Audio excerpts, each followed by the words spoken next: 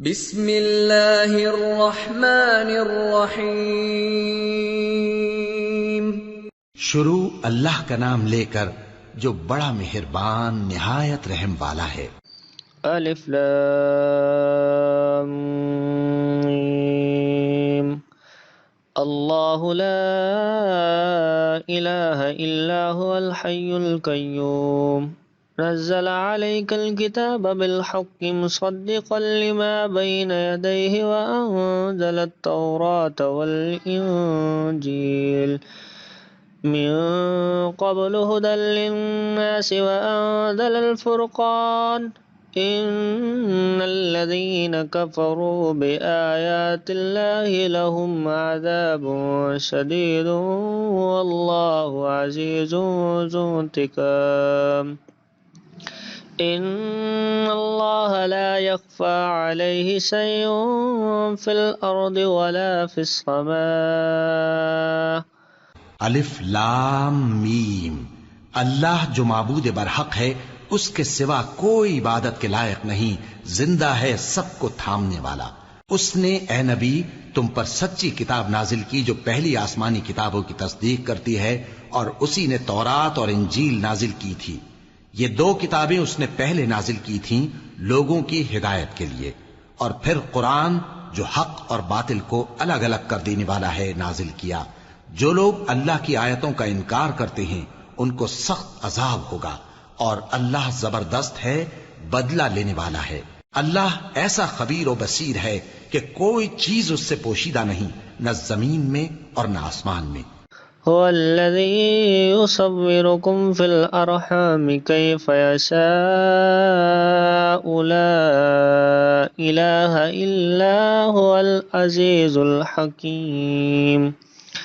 هو الذي أنزل عليك الكتاب منه آيات محكمات هن الكتاب وأخر متشابهات فأما الذين في قلوبهم زيغ فيتبعون ما تشابه منه ابتغاء الفتنة وابتغاء تأويله وما يعلم تأويله إلا الله الراسخون في العلم يقولون آمنا به كل من عند ربنا وما يذكر إلا أولو الألباب۔ وہی تو ہے جو ماں کے پیٹ میں جیسی چاہتا ہے تمہاری صورتیں بناتا ہے، اس غالب حکمت والے کے سوا کوئی عبادت کے لائق نہیں۔ اے پیغمبر، وہی تو ہے جس نے تم پر یہ کتاب نازل کی جس کی بعض آیتیں محکم ہیں اور وہی اصل کتاب ہیں، اور بعض دوسری متشابہ ہیں۔ تو جن لوگوں کے دلوں میں کجی ہے وہ متشابہات کا اتباع کرتے ہیں تاکہ فتنہ برپا کریں اور مراد اصلی کا پتہ لگائیں، حالانکہ مراد اصلی اللہ کے سوا کوئی نہیں جانتا۔ اور جو لوگ علم میں گہری نظر رکھتے ہیں وہ یہ کہتے ہیں کہ ہم ان پر ایمان لائے۔ یہ سب آیات ہمارے پروردگار کی طرف سے ہیں، اور نصیحت تو عقل مند ہی قبول کرتے ہیں۔